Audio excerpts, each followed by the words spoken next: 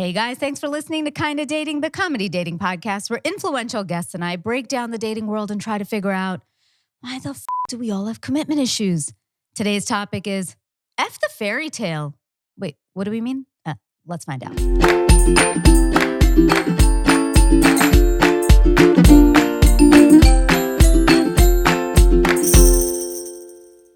Hello, friends. I'm Natasha Chandel. You're listening to Kinda Dating. We have an old friend back. Not that you're old. I was going to say, young friend who Soup's you've young. known a long time. A very long time. Guys, I have to tell you this whole story afterwards, but let me give her a proper introduction. She's amazing.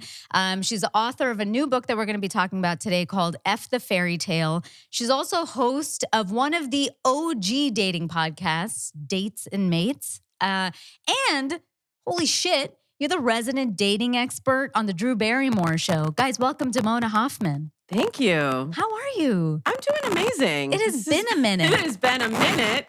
We both had some updates in our lives. Right? But wait a minute. Like, just so listeners know, Damona and I go back and she's literally one of the reasons I'm in this country. Because when I was acting a lot more, I was in a film and you were an executive at NBC and you helped, kindly brought me over and got me letters for visas and all this kind of fun stuff. Yeah, this lady is legit. Let her in. We're doing stuff.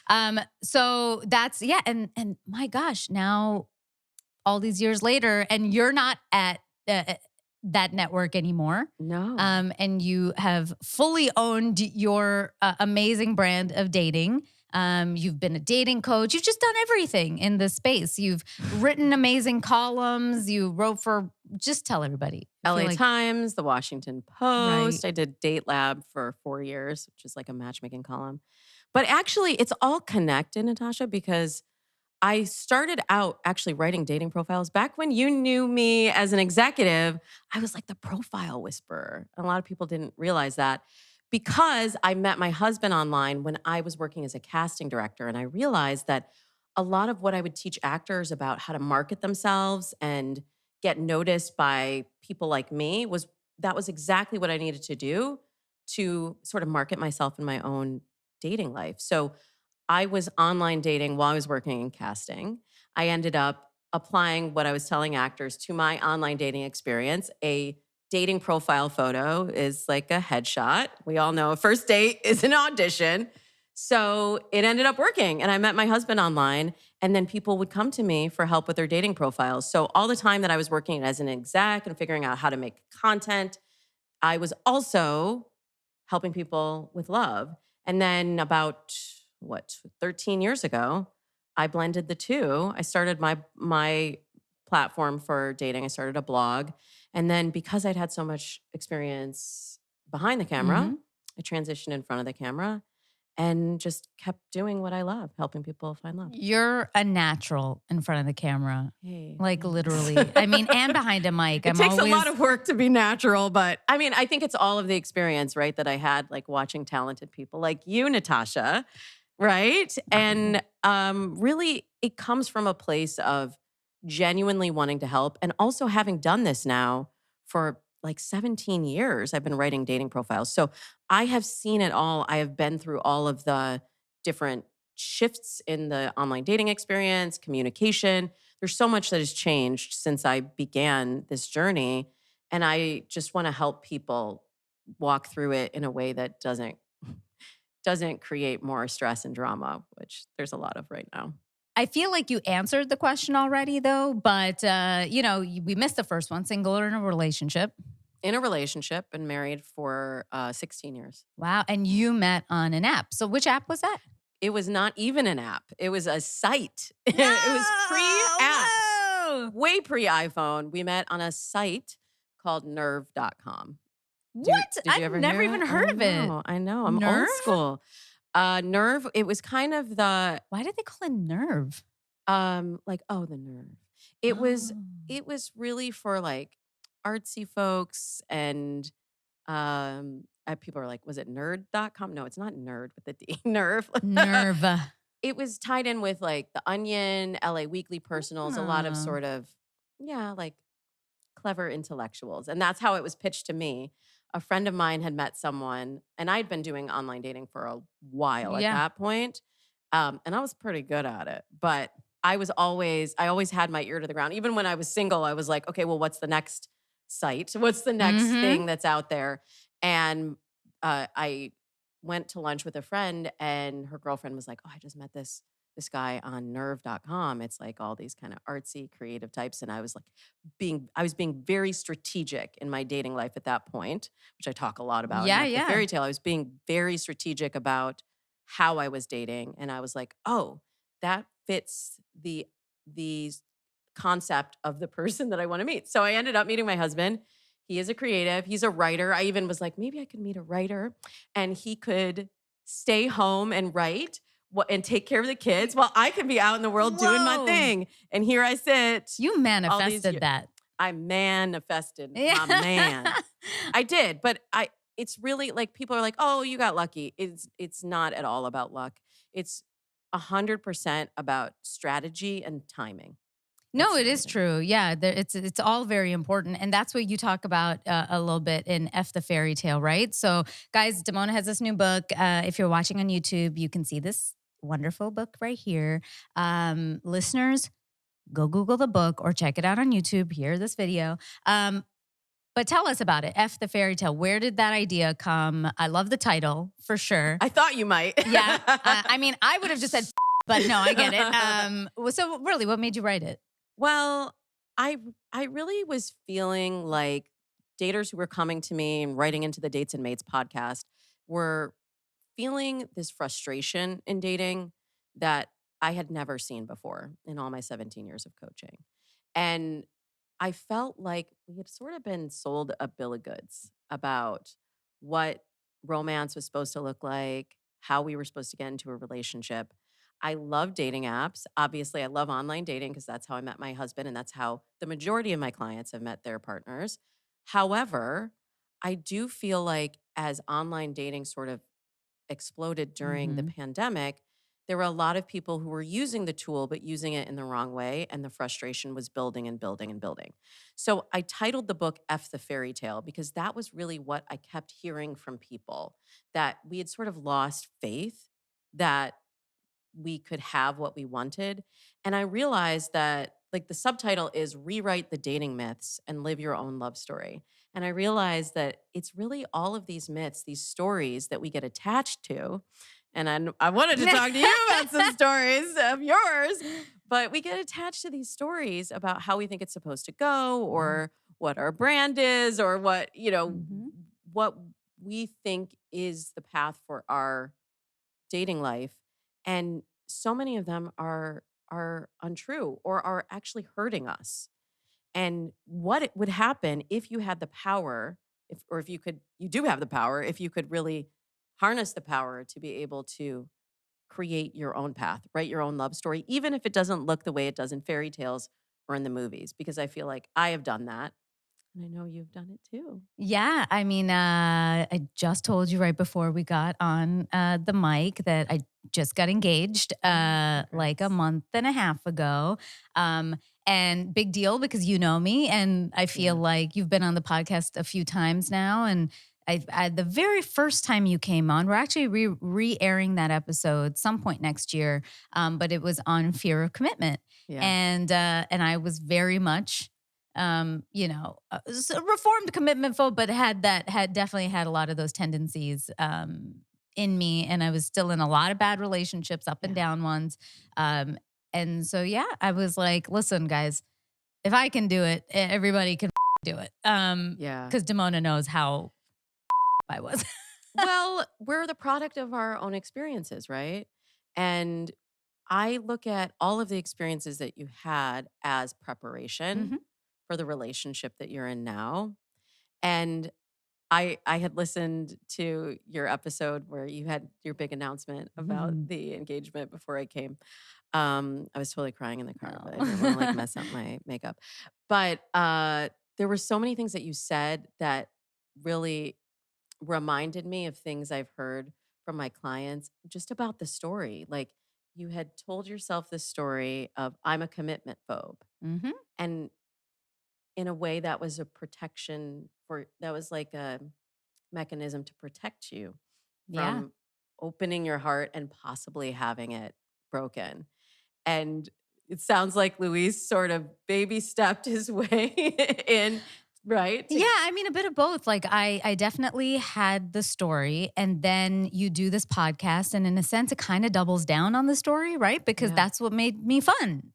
Is not that when I started the podcast, I think I was coming out of the commitment phobe phase, but you still have those tendencies. And I was still, I still had all these stories in my head that I was saying. And just to be honest with you, it was more fun. It was more fun being the person that was like, here's my crazy dating story of the week.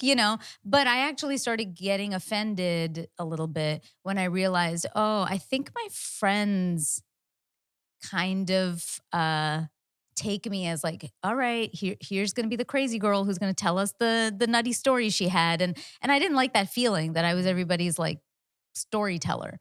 So I was just like, I want to be boring in a good way, right? Like I don't want some dramatic thing happening to me every week and re-traumatizing me, but it's funny for everybody else. So I was kind of feeding into it because I had something to tell everybody.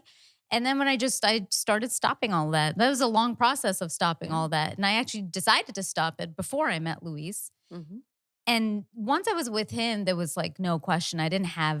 I still don't have any kind of fear of commitment when it comes to him. It's just been more about like as a person who told a story that I was never going to get married to now be like, oh shit, here's this thing. But again, it has nothing to do. I don't fear any part of being with him. Yeah. It's the ritual. But now I'm working through that too. Yeah. A lot every week my therapy is like, okay, so I tried to do this and then I got really triggered because I hate weddings. Yeah. But now I have to like learn to enjoy this process. So it's like, you're growing every time. Yeah, it's all baby steps, but also you don't have to enjoy every step of the Yeah. process. Thank you. But it's all right. I mean, you don't need my permission, but Listen, I was Yeah. feeling bad because I feel like people love this process. And then I was like, oh, is it bad that I hate the people exploit you, for a wedding. They know that you want something, so they'll upcharge you. So I've had to be like, Luis, you're the one who wants something. You can't talk to them. I was like, I'm the producer. I will talk to them in a very unemotional way because I don't give a I I was say like, that I just want the budget to be, I just need this to stay within budget. yeah, I say that I produced my wedding too because we came in Yes. under budget. Thank you. Yes. But I also, like I say in After Fairy Tale, I was a love cynic. I never pictured my wedding. Mhm. And even when we got engaged, I was like, because my parents are divorced. I came from, Yeah. two really loving parents that cannot be in the same room together. Now they're okay, but it's been a minute. And I was terrified of what a wedding, like a big wedding would look like. Mhm. And I was worried I'd be embarrassed. And also like I planned so much in my life that I thought, and I have to plan another thing. Yes. So I was just gonna go and elope. I was like, let's just do a small thing in Italy. We'll just go away. It'll be just us. And my husband really wanted the big traditional wedding. And Your man and my man are the same. I have to say, I still have I still look back on that day as the best day of my life. Oh, Yeah. yeah. But I made it what I wanted it to be. Yeah. So in addition to making your love story what you want it to be, you can make the day what you want it to be. But it's all part of your learning and growth together too. Cause like that's kind of your first thing you learn to compromise on. I mean, I know like there's moving in together and there's lots of compromises there, but it's re- it my experience was that really pushed us to the limits. And Yeah. then you come out on the other side and you're like, okay, we got through it. And Yes. now just the rest of our lives ahead of us. No, it's very true. It's a process for sure. And we've had to talk a lot. And I will say again, it's really me in the sense that I know that this is a very triggering thing for me. Every aspect of it triggers me in a way that I haven't been triggered in a long time. So I've had to be like, really sit and go like, why am I feeling this way? What part of this feels like I'm being pushed out of it or Mhm. doing something I don't want to do. What is it? So I've had to, really work through it because I'm the one who snaps and is like, Mhm. why are we doing this? and he's like, you don't want to get married to me? I'm like, no, I didn't say you. I was like, I love you. I'll marry you any day. I was like, why do we have to do this stupid ceremony? And then I've had to like pare it back and go, oh, this isn't about I mean, be careful of the words you say, right? Because in this process, me saying F the wedding is to him saying, I don't want to be with him. And I was Mhm. like, no, no, no, no, no, that's not what I'm saying. I'm saying rituals. I hate rituals. But because you don't know this, the podcast listeners have just learned, I was in a cult before. And so I have very like, things about rigid ways of being and like this Mhm. has to be this way and this has to be this way. And wedding people are always tell you, well, this is how it's done. I'm like, go yourself.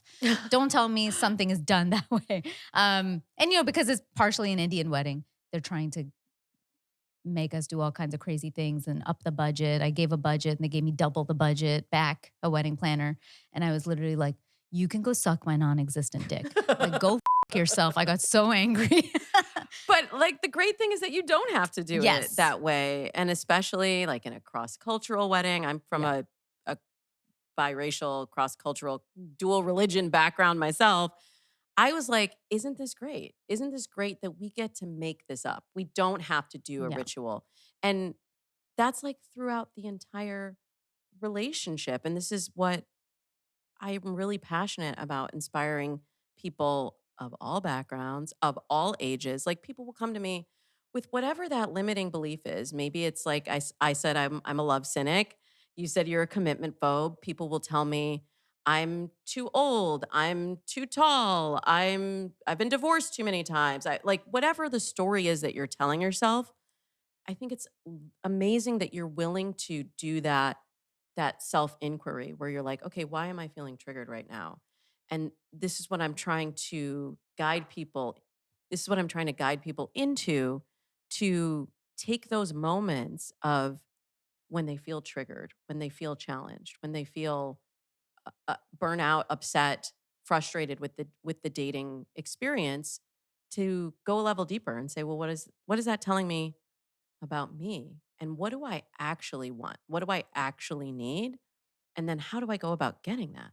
Yeah, because part of what you talk about are these four big myths, right? In F the Fairy Tale that really contributes to just this struggle that we have in the dating process. And I really wanted to go through some of them, but let's start with the first one, which is the soulmate myth, Mhm. right? That 70% of people you said believe in soulmates. Um, that's crazy to me as somebody who doesn't Yeah. even believe in the one. So I still am like, soulmates, what the have you? I'm curious what you think of the twin flame thing too. That Oh pisses me my off so much. gosh. That Yeah, new. well, I mean, I think the twin flames have gone down in flames since I don't know Mm-hmm. if you've been watching that No, but show you know or the what? podcast. I Yeah. just saw a kid, actually, Fabrizio. He's been on this podcast. He's a guest. He's a great Gen Z actor. He was one of our actors on Mr. Iglesias. Love you, Fabrizio, but I'm just got to call you out on this. Uh-oh. But no, he has a girlfriend, and he posted, and he goes, "My twin flame," and I was like, oh no, it got to them too. Um, so yeah, tell us about this, like the The myth of the soulmate myth. soulmate. Yeah, the soulmate myth I see keeping a lot of people from really being able to dive into the experience of partnership.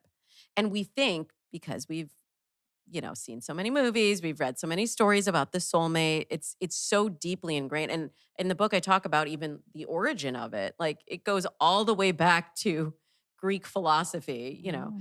and it gets repeated and repeated. So we think, oh, we have to have our soulmate and we're looking for the one. There's one person out there. And as we're doing that, a lot of ones are possibly slipping through because we're always questioning, is this my twin flame? Is this my soulmate? And I write from this perspective of having coached so many thousands of people through this experience over the last 17 years, but also from my own experience. Like I had an on again, off again relationship that I just like told myself, like, well, this is it on paper, like, this is it. And I know you've had other relationships where you start comparing, well, is it like this? Do I have all of these things? And you almost can't move forward into the next Yes. relationship when you get attached to like, did I miss my soulmate? Well, Is this person it? I think that's such a key thing, right? Is that not only do we have this myth that this one exists, that soulmate, twin flame, whatever you want to call it, insert annoying term, right? Exists. It's also that then we get hung up on that. And sometimes we're stuck on the wrong people because we're confusing some, you know, amazing lust or some crazy chemistry with this is my twin flame. I've never felt like this before. I'm like, yeah, but life is so long. You don't know what else you'll feel until you feel it. Yeah. So getting hung up on that can sometimes, because I see that happen a lot too, right? It's like we get stuck on, or I've been stuck on people thinking in my head, the moment I saw them, oh my God, there was this like, you just know you have this like, you look at each other and you're like, like that's it. And then every time it's just this crazy connection. So you Yeah. think that's the one. Yeah. Um, where when you're in a real relationship, it it feels like the deepest level version of that feeling without the like super ups and downs and valleys and peaks. Yeah. And in the book, it was important to me for me to not just identify the problems, but to also give people solutions. So I identified the soulmate myth as a big issue, but I offer these pillars, these 4 pillars of long-term compatibility, which I've been talking Mm. about for years on Dates and Mates, but it sort of crystallized for me as I was writing the book how well these pillars offer an antidote to the myths. So the antidote to the soulmate myth is actually trust. And say that trust is the pillar that takes the longest time to build and of course takes the most time to repair, is the hardest to repair once it's broken. And so, that's really what you were just talking about, is that it's so much better because you've taken the time to build that pillar of trust. And then you don't have to second guess, like, wait, is this my soulmate? Because there is no question. The question literally disappears because you have the sort of course, when it's ultimate trust in the connection that you have. Yeah, the soulmate one is very very limiting for a lot of people. There's another one that you talk about that I also am just like we've talked about this also on the podcast before, but the chemistry myth, Mhm. right? That myth that you got to have this instant, amazing, mind blowing connection. Otherwise, it's nothing. Yeah. Yeah. Obviously a myth. Now, But that's what everybody's seeking, right? In every sure. moment, they're just like, "Yeah, I don't know, I felt nothing," or I didn't feel that thing, and I was like, "Yeah, but when I met Luis, I told people a lot. Like the first date, I didn't feel the thing. I just know I felt good." Yeah. Right? I didn't, because you also have to be aware of your own limitations. And somebody like me, I know it takes me a minute to like get into my feelings. So in the beginning, I was much more like, did I have fun? How was the conversation? Did I think he was attractive? Again, not like mind blowing, but to me, I feel like attraction is important. So I was like, am I some form of attracted to him? And I was like, yeah, okay, great. I'll give him a second date. And so in the second date is when I felt like, oh shit, I think I want to him. And like that doesn't happen often, but it wasn't like "Rawr," like, and we didn't. But Mhm. I felt it and I was like, oh, okay, good. And then I had a lot of fun. And then I came back going like, I think that was the best date I had.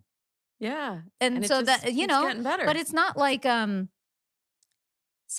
like "Rawr, crazy chemistry." We actually always joke all the time. We're like, oh, we gotta work on our chemistry some more. And that's like our little joke about like having more sex. Yeah, but also everyone does. Yeah. Yeah, and especially when you're in it for the long Yeah. haul, you have to always bring that energy. But there's a few things that you said I wanna highlight. So first of all, this addiction to chemistry that we have, first of all, it's totally a fairy tale myth. Like Cinderella saw the prince and he saw her, and then she ran away because it was almost midnight, and he was so in love with her he chased her and grabbed the shoe, and then he went house to house. Like, we have been sold a bill of goods. That's what we were told. It's supposed to be that intense that he's going to go house to house looking for you, He'd be right? a stalker if he did that today. Right? I know. Be like, we have a restraining order against the prince, okay? But that's really, whether we realize it or not, those are the stories, those are the beliefs that are so deeply ingrained. The reality is that feeling of chemistry that you're reacting to is likely a feeling of familiarity. And I like to ask my clients, if the past relationships you've been in where you felt that feeling before didn't work out, I want you to really examine whether that's the feeling you should be chasing. And there's a lot in the book of how to prepare for a feeling that's going to be healthier. And you just described sort of what it feels like. I tell people to, instead of thinking about chemistry on the first date, think about curiosity. It sounds like that first date, you were curious at the end of the first date. And I give my clients a 3-date rule. I say, if you have enough curiosity at the end of the first date, go on the second date.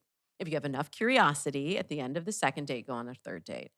If by the end of the third date, you're not like, I think I'm going to fuck him. You know? Like, Yes.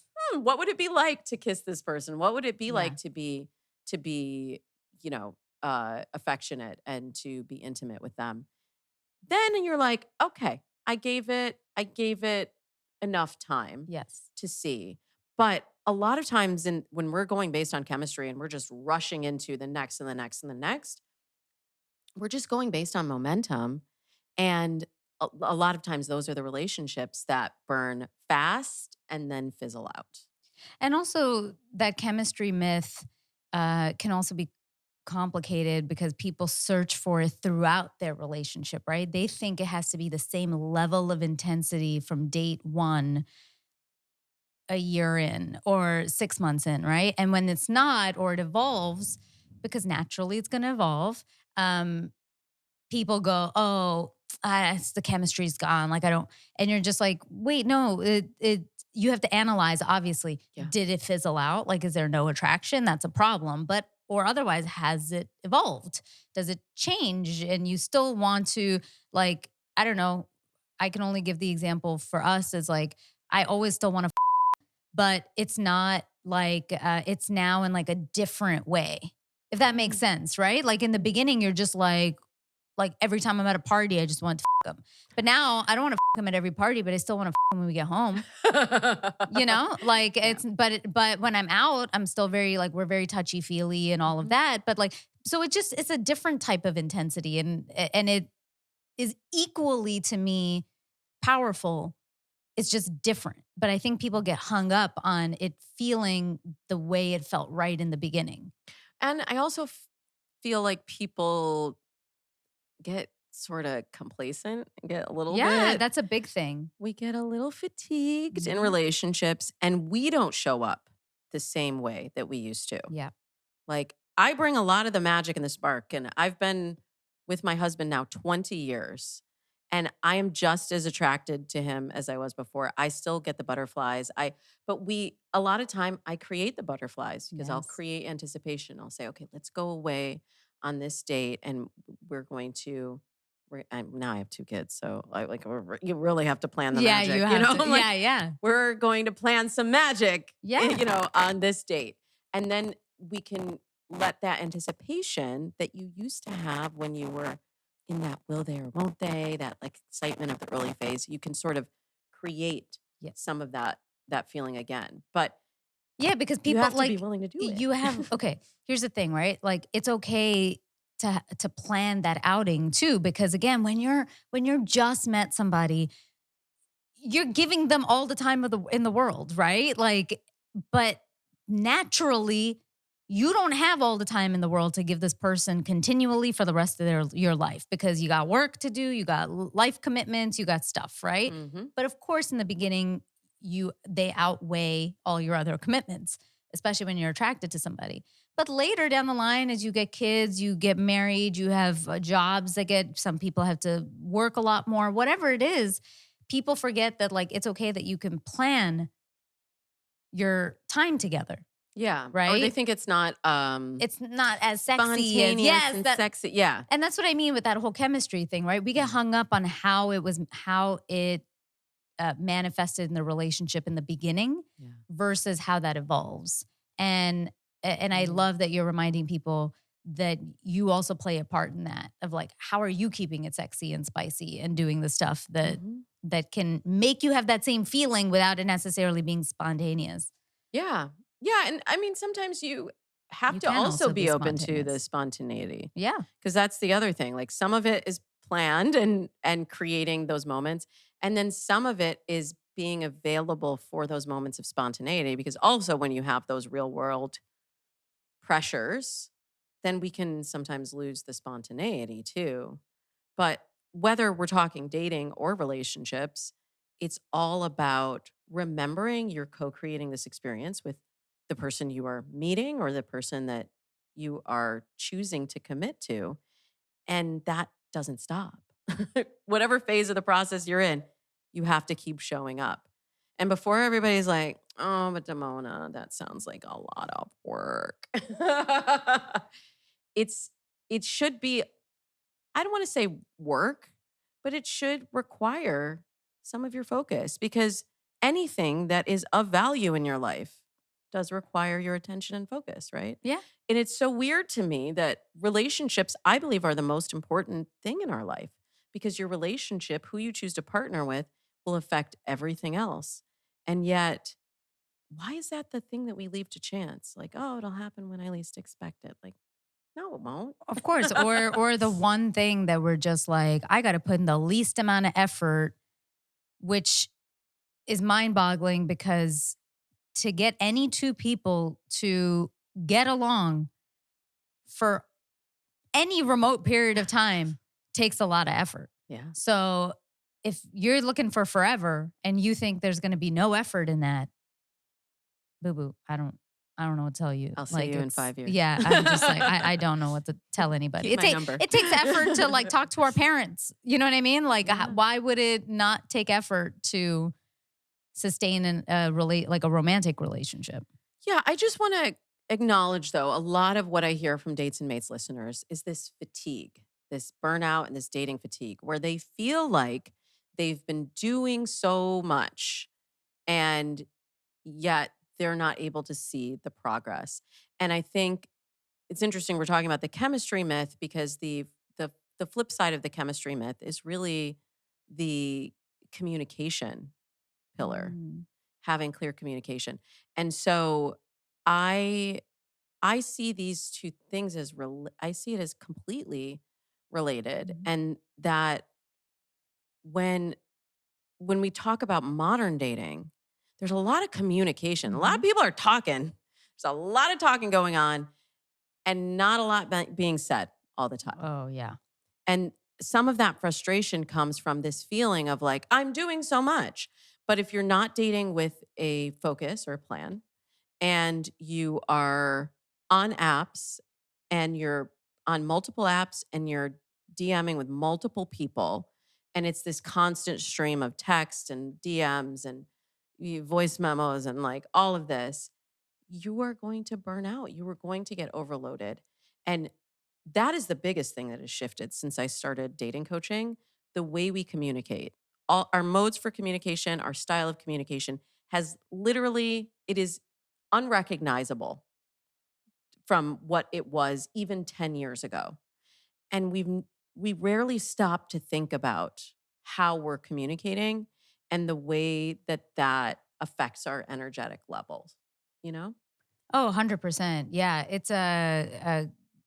I really appreciate you saying that people are doing a lot of talking, but not a lot is being said. Mhm. And I do think that that's a key thing. And it is a real struggle. Like, I've had a lot of friends recently come to me and be like, I'm done. I'm done with this. I can't. And I'm hearing the story right now. The bunch that I've heard is like, it's because of the way that people feel they look, that, it's because of this way that I look that nobody's interested in me.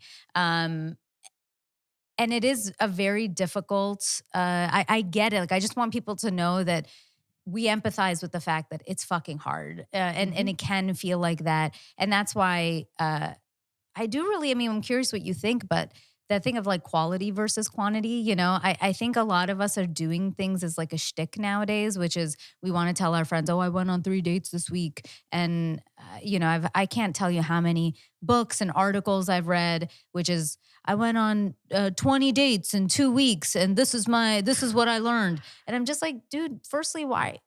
Who has that much time?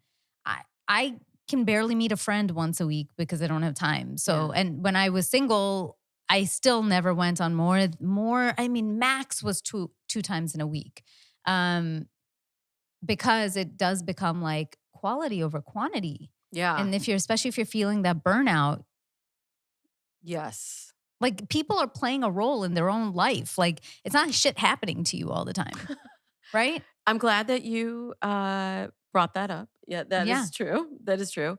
And I also see that. So I said communication shifted. The other Hmm. thing that has shifted dramatically is the speed of dating because we Mm. have so much more opportunity, which I talk at length in F the Fairy Tale about how much better, especially for women, that is, the all of the choice we have. But the choice does create a little bit of mental fatigue, emotional Of fatigue, course. and it takes time. And so when I started coaching, my clients were thrilled. If they would come to me and their average was like maybe they'd have a date a quarter. And then I'm like, okay, let's try and get it up to like 3 dates a month. Thrilled. They're thrilled if they have 3 dates a month. And then it's just like slowly increased to the point where now people, if they're not having 2 dates a week, they're disappointed. Yeah. They're like, if this is not working. So we really have to recalibrate our expectations Hmm. because it is not quantity, is not quantity at all. But we're told numbers game, right? It's not a numbers game, just straight up. Like it's not one of the four myths, but it is a myth. It's not a numbers game, but you have to have enough at bats to figure out what you want and put Hmm. yourself in the orbit of that person. But it needs to be done mindfully if you don't want to burn out. You need to be crystal clear about what well, we can kind of talk about some of the other myths. Like Yeah. the mindset is the first part. And the way that I see a lot of people dating is I call it the list myth. We're just checking boxes and we're like, okay, must be this tall, must make this much money, must Hmm. live in this 5 mile radius of my house. And I did it too. I did the The list myth. radius one gets me every time in LA. I'm like, really, guys? Like, people just won't date somebody in like a slightly different. And I should tell you, my husband, so I've always lived in West Hollywood, which is kind of like the middle of the city. Yeah. My husband, when we met, lived in Santa Monica. And we would say it was a long distance relationship. So, like, for everyone that doesn't know, it's like it would take an hour It takes an hour. sometimes. Yeah. Yeah, often it would take an hour. And I always think, what if love was waiting for me just there on the other side of the 405 and I couldn't cross it? Yeah. And it was right there. And I've seen this with so many clients, and I've helped clients meet someone that's like not even in their city or their country because we have the tools and the opportunity and the availability that we have today. But there's different processes around it. So we're all dating by list and we're dating by the same list largely. It's so true. When you Right. said that, I was like, oh, yeah, it's right. Everybody has the same 5 things that they're looking for. Yeah. And that's another reason it's so frustrating because there's all of this opportunity, but if we're all looking for the same 5 things, then you're going to be in a scarcity mindset. And that's not a powerful position to be dating from. Yeah, I was also a person who had a list at one point, and I realized this list is dumb. So I I actually did a different kind of list, which is something I do with clients now when they're just like, I don't know what kind of person I want. I go, well, have you thought about the way you want to feel with somebody? Yeah. Because that shifted a lot for me. It weeded a lot of people out when I was like, well, I mean, they are successful, they're funny, they're attractive, they're tall, all those things on my list, but I'm like, but I don't feel good. So I was like, so what's missing? And then I realized like, oh, a lot of these people, especially the toxic ones, I wasn't feeling safe with. So then I was like, oh, I want to feel safe with somebody. But then you also realize, well, safety is a part of as a qualitative list, or trait comes in time, right? You don't always feel safe right away with somebody. So it's like, so what do I want to feel right away with somebody? And for me, it was like I need to feel a sense of fun and friendship. I don't want a best friend, but I want to feel some form of a friendship. Like, could I kick it with them at a diner at 4 a.m.? Because that's kind of the life I used to live. So, and that kind of weeded a lot of people out in a way I didn't think that it would. Oh, it's so smart. And I do talk about that in the book too. I say that you would not recognize necessarily how they look, but you're going to recognize when that feeling is repeated. So I have exercises in there that help people also access that because it's if you ask open-ended, what are you looking for? People are like, same list, or I've never really thought about it, or I'll know it when I see it. And what I've seen over the last 17 years is that when you start from a place of clarity, then it doesn't feel like as much work and effort. It's easier for you to not waste your time Mhm. on the wrong people. Because, I mean, how many times do you have clients that will get to that point and then they're like, wait a minute, I've invested months in this relationship and we didn't even figure out like the core we're not even aligned on Mhm. the basic relationship goals. So that's really the pillar that goes along Mhm. with the list myth is goals. Okay. Mm. What do you even want? Like I got a question on Dates and Mates recently that somebody was asking, should I say on my first date that I'm looking for a relationship? Because I find that I'll get to like the second relationship. I mean, I'll get to the Second date. second date and I'll say, I'm looking for a relationship, and then they'll run away. And it's like, well, first of all, good that they ran away Yeah. because that saved you a lot Mhm. of time and frustration. But what are we so afraid of in speaking our truth? Like, I'm not saying like drop all your baggage at the gate on the first Yeah. date, but I didn't try to rhyme, but that just came out good. You don't want to give everyone all the information up front. I say information needs to be Mhm. earned, but something as basic as like, I'm looking for a serious relationship. I'm not looking to settle down. Can we start to just own what we want and also listen when they tell you? I mean, how many times have we had experiences where Yep. somebody was like, I'm not looking for a serious relationship. I just got out of a relationship. I'm a commitment phobe, whatever. And people were like, you know what? I'm going to be the one. I'm going to Oh, of change. course. I'm Yeah. going to change your mind. No, you're not. You're going to put in a lot of time and effort and frustrate yourself and feel like you're hitting your head against the wall. And that's not what a successful relationship should feel like, right, Natasha? Yes. I'm Now the you can say, expert now. No, I'm I'm not at all. But but you uh, felt the difference. yeah, You have felt the yeah. shift in that. And look, I mean, I think uh, you bring up such a great point about the goals, and I also think you also probably mean the values, right? That's what you're really bonding on with somebody Well, because I separate everybody's. those. Oh, okay. So really that the values is a different pillar. Yes. And that is sort of the next thing to Yeah. work on. But the values, the goals you can figure Yeah. out sort of right away. The values, you have to see how someone moves through the world. Because they can Yeah. tell you, we were talking about, True. talk is cheap before. They can tell you, like, well, I value this. And we're always looking for shortcuts too. Hmm. Like if they just tell me that they voted for so and so, then I know everything they believe about the world. Or if they're the same religion, or if Hmm. we grew up in the same place, we work in the same industry, they understand me. And that couldn't It's be yeah. further from the That's truth. true. I will say, coming back to the goals part, and you're right, people do need to be able to feel like they can say what is really of core value to them. Like if somebody's like, hey, I want to be in a relationship, I am not looking for something casual.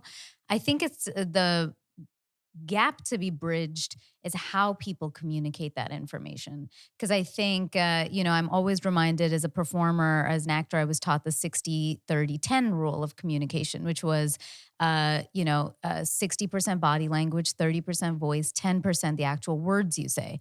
So I can say the same words, I'm looking for a relationship. And if I say it with my arms crossed, body language, and my tone of voice going, I'm only looking for a relationship. Sounds very different to somebody than if I were, a little bit more open, a little relaxed in my body language and just calm voice. And I said, I just want to be upfront that I'm not saying this has to be it, but I am mostly looking for a relationship. It changes the way Yeah. somebody perceives the exact same information. And I think that's like a gap for sure that people don't totally know how to communicate. I get it. It's a skill to be learned. But when we're in those moments and people are so tired and they're like, I've done this for so long, I'm just going to tell them on date one. I only want to be in a relationship. Okay. Don't waste my time. I don't want to blah, blah, blah. And then that's where guys shut down a lot because they're not looking at the words you're saying. They might also want a relationship because clearly they're on a date, but it's how it's being said that they're like, oh, this person's activated. Activated. Yeah. I love that 60-30-10. There's a lot of math for me, but Yeah. I liked it. I'm Indian. I love math. It's a whole thing. That's a stereotype. It's a true stereotype now. All bits in my stand up relate to math. But I agree with you that so much is also in the tone. And we also are taking that into our dating profiles too. Like Yes. I use a lot of data. I work with OkCupid as their official dating expert, and I have access to all the matching questions, all the data from all those years of OkCupid being in business and matching people up. And so many people will put in their dating profiles, don't even message me if because we're trying to shortcut it. We're frustrated. We're trying to shortcut it. But that is such a turnoff. And the stats show that putting something like that in your profile actually is a turnoff to everyone. It doesn't just push away the people that have that trait that you're trying to avoid. It pushes everyone away. So I think one of the ways that you could access the information you're looking for, if first, of course, try the 60-30-10 that Natasha just said, but also take a stance of listening. And Mhm. I talk a lot in the book about listening and empathy and that role in dating. And people were like, what? Empathy in dating? I don't understand. Read the book, you will. But listening, if it's like, how do you feel about marriage? How do you feel about commitment? Whatever. And just letting the person talk and express. So it's not just like a yes, no, check the box again. It's a conversation. And then a lot more is usually revealed when you take that position of listening. And also, interestingly, on dates, we think that we have to tap dance and talk so much to get that person to be impressed with us and to be interested. And really, if you listen more, that person usually they'll feel heard. They'll feel the way that they want to feel in a relationship. And usually then you'll get to more 50-50 because most people will think that they're listening on the date when really they're doing more of the talking. I have some stats on that. Friends, if you like this episode so far, please make sure you screenshot the episode, tag us, and tell us what you thought of it on social media. We're at Kinda Dating across the board. We are now on YouTube. That's right. So go check out this episode if you want to see it in person at youtube.com/Natasha Chandel. That's me. youtube.com/Kinda Dating. Also, tell your friends if you haven't already and subscribe to the podcast wherever you get it. And if you haven't, what the but please leave a 5-star rating or review wherever you get this podcast. Just check your app. There are lots of easy ways to do it. I think you just got to kind of, I don't know why they make it complicated now, but you got to like scroll halfway through on Apple, but you can do it. I believe in you. Damona, we're the last myth that we're talking about is the rules myth, right? Which is treating dating as a game to be won. And how do you sort of perceive that? What do you mean by the rules myth? Well, it it feeds more of our fairy tale goals like The Bachelor or reading books like The Rules or The Game where it's like just give me the hack. Like there's a game that we're playing, there's a shortcut that will get us to the finish line and as we have both experienced, it's a long distance It's a run. long It's game. not a sprint. And I just really reject this idea even that there is a set formula. Like my formula Yes. is really clarify what you want and then create a specific dating plan that's going to work for you, that's going to feel Mhm. good for you and get you to the relationship that you want. And it might not look like it does on The Bachelor. It Mhm. might not look like it does, in whatever rom-com you've seen. You get you get to live this life once. So you get to create the love story that you actually want to experience. And I think also the way social media has trended, I think that has pushed us further into the rules myth too. And there's so much information out there that is trying to be cookie cutter that isn't really helpful, isn't really applicable to everyone. So I'm more about creating the rules for yourself. I say like tools over rules. Yeah, and I've always loved you for that because I think we very much reject the idea of formulas on this podcast and prescriptions. And like I'm always like, we are not a prescriptive podcast. If you want that, there are lots of other ones that'll be like, this is the way to get your man, and I think they're lying to you. But at the same time, like if that works for you, God bless. Like no one way, right? Um, but I appreciate you always being like, it comes down to you and then tailoring a plan for you because it's your life and no two people live life the exact same way and no two people have the same values or anything. Um, and yeah, there's often this like, I don't know, does sort of like a power dynamic also kind of fall under this rules myth for Ooh. you? This idea that, people are often like one-upping each other or like, oh, well, they texted me, I can't text them for 3 hours, which I totally used to do. So I get it. But like, it is like this gamifying process that we've Yeah. made of dating and apps don't help in that, but it's also what we do with it, right? Mm.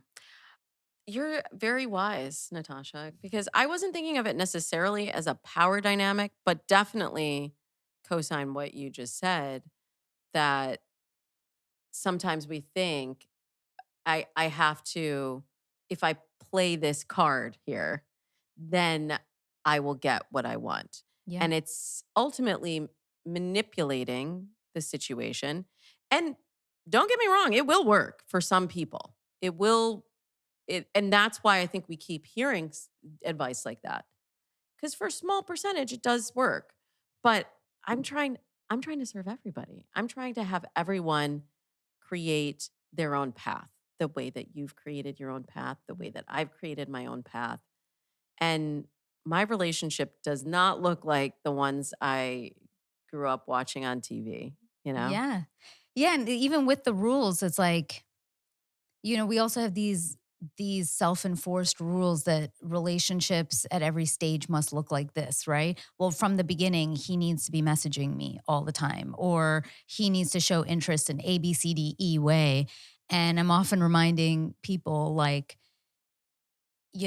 Luis and I, when we met, I ghosted him like twice maybe, but not but meaning to. I was really sick. So he messaged me on the app and I didn't reply for like a week. And then I replied and then I was still sick. So I disappeared again off the app. And then and he left me his number, and then I got back after like 4 or 5 days. And then I messaged him and I was like, "Hey, I'm really sorry. I was super sick." And I always say, like, if he had taken that personally because I didn't follow some rule that I was supposed to message him right away or stay in contact right away, we would never be together. He just took me for my word that I said I was sick. And he's like, no love lost here because he didn't have anything invested. He didn't Yeah. have himself invested. So he didn't take it personally. He was just like, yeah, I took it as like, maybe you were really sick. And I was like, yeah, I was. Great. Um, and and then he gave it a shot. And even then, I had to reschedule our first date because I was still sick.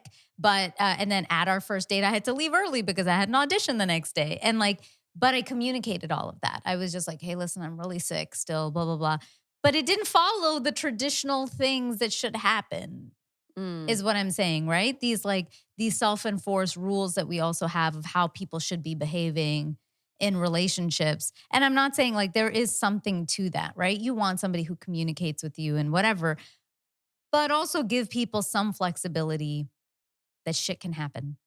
Well, especially in that early phase too. Like, people will say to me, "I really want somebody to pursue me," or like you didn't ghost him because Mhm. oh, okay, so you didn't respond for a week. Like that is not ghosting. I think we also need to be careful.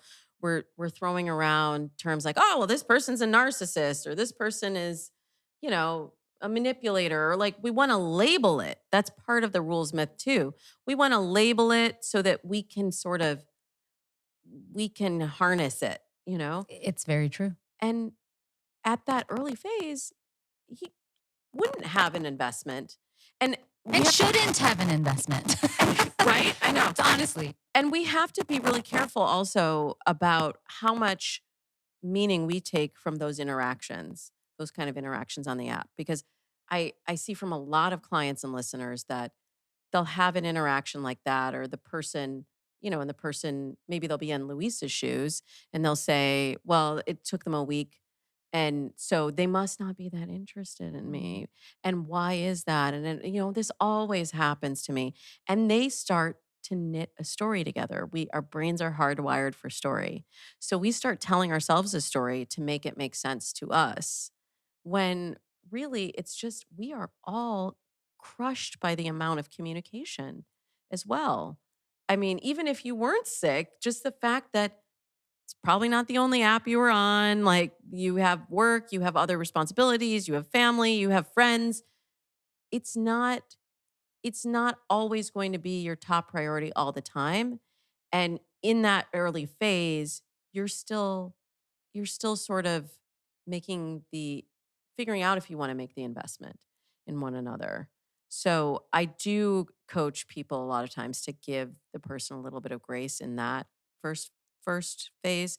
Now, once you've met up, and this is why I also have people move offline quickly within the first week, because you have to see what's real. Obviously, if someone is sick, you can't. But, you have to move offline and into the real world to see what the real relationship is. And it sounds like you also use the communication skills. You were demonstrating your investment in even all of those cancellations and stops and starts that you had. Yeah, and I think, to wrap out this episode, it comes back to what you talked about with empathy, right? That empathy is also putting yourself in someone else's shoes, and part of that is everything we're talking about. Like when you are communicating your needs to somebody, how you're doing that can, if you have empathy with it, you are also going to be cognizant of how the other person is receiving that information. You become more empathetic if you finally get to a point where you learn you don't have to ghost everybody and you can say, hey, I really, appreciated our time together, but it wasn't a fit. Because you know that walking away from somebody might give them trauma. And there is that level of empathy that is very important that I love that you bring into the book. How Hmm. else do you think people can bring that in as we're kind of going through this process? And again, Yeah. giving people grace. I think that's such a great one. Well, it's about taking responsibility, right, for our own experiences in dating. And I really want to stop the epidemic of ghosting. It's worse than it's ever been. And the only way I know how to stop that is by having my clients and listeners stop it themselves. People will tell me, I hate being ghosted. Ghosting is worse, and then I'll go looking through their messages and I'm like, but you ghosted this person and this person because you weren't seeing them through the lens of empathy. That was a person that you had discarded because they didn't match up to whatever idea you had. And you're getting ghosted by someone else that you have the investment in, but don't even realize that you're doing it elsewhere. So the only way that I know how to clean up the dating neighborhood is just to take care of your own side of the street first, Yes. right? And then also through that empathetic approach to dating, it will shift your experience on dates because you're not just thinking transactionally like, is this person the one? Which we know we're not doing anymore. We're not thinking that way. But you're not sitting across from them going, okay, I got 1 hour in and out. Like, are you checking the boxes or not? You're really thinking about this is a human sitting across from Mm. me. We're co-creating a human experience together, whether this is my person or not, whether I'm going to see them again or not. I'm right here in this moment. So that presence is something that you can bring into that mindfulness. You can bring it into all aspects of your life, but especially each phase of this dating and relationship journey. Mm. I love that. I love that. Um, Sitting across somebody as a human. I love it. Damona, you're so lovely. I love you. How can everyone find you, the book, um, all the fun things? All You've the fun done things. 6 questions a couple times. We can do it again, though, if you want. If you think the answer has changed. I don't know if the answers have changed, but you want me to? Do you Or want to? You want to do it for fun? yeah, for old time's sake. All right, let's do it. Okay, Let's do it. okay. Okay, before we get into that, then, Damona Hoffman, here are your 6 questions. What is the first thing you notice about a potential partner? Kindness. I think it has changed. What is one deal breaker? Having a temper. That's a good one. It's very fair. Yeah. What turns you on? Intelligence. I Mm. think that's the same. I don't know how I answered last time, but I think I must have said Probably. that. What are one of your strengths and one of your weaknesses in relationships? I'm really good at bringing the fun and the excitement. Yeah, I always make it And interesting. what's your weakness? No weaknesses. No. My weakness is learning to listen better. Uh-huh. I think we can all learn to listen better. Oh, So yeah. I have to acknowledge that I'm on this journey as well. My husband is a slow talker. God bless him. I'm not the only one that says that. He's a slow talker. So sometimes I have the tendency to rush to finish his sentence. You're like, Yeah. And like, what's the point? He's like, that's not even what I was trying to say. So I'm working on that in the listening, even if it takes a while, because it's always worth it waiting for what he has to say. That's a beautiful one. Damona, what is love? Love is the feeling of being seen Mm. and heard. I love that too. Besides I love you, what 3 words would you want your partner to tell you? Dinner is ready. Nice. I hate to cook, but We I got love to double eat. check if these answers are the same or not. I feel like I'm curious. Damona, as always, we love having you here. You're welcome back anytime. How can everyone find your book and all of your amazing work and yourself? Yeah, myself is at DamonaHoffman.com, at Damona Hoffman on all the socials. F the Fairytale is wherever you love to get your books, or at fthefairytalebook.com. And then every week, like clockwork, I'm still doing Dates and Mates. Season 11 is every Tuesday. So yeah, listen to Dates and Mates. And then if you have questions, I answer questions every single week. And check you out on the Drew Barrymore Show. Yes. Yeah, On the Drew 'cause Barrymore. you drop such great advice there too. Thank you. Love that, guys. Make sure you follow Damona. All of these links and the link to her book will be in the description and show notes of this episode. So please make sure you get it. As you can tell, it will change your life. Thank you so much for being on the podcast. Thank you, Natasha. And thank you guys so much. We're also on social media. We're at Kinda Dating across the board. I'm at Natasha Chandel on Instagram and Facebook, Natasha.Chandel on TikTok. Thanks, guys, for downloading this episode. If you like something you heard, please make sure you screenshot the episode and tag us on social media. Finally, I know it seems tough out there, but just try. Till next time.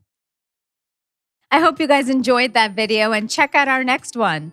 Thank you so much for watching, and please subscribe to this channel for more amazing dating, love, and relationship advice from me and so many expert guests. Follow us on socials. We're at Kinda Dating across the board. I'm Natasha Chandel, so you can find me too if you like. And join our newsletter on www.kindadating.com for lots of exclusives. See you soon.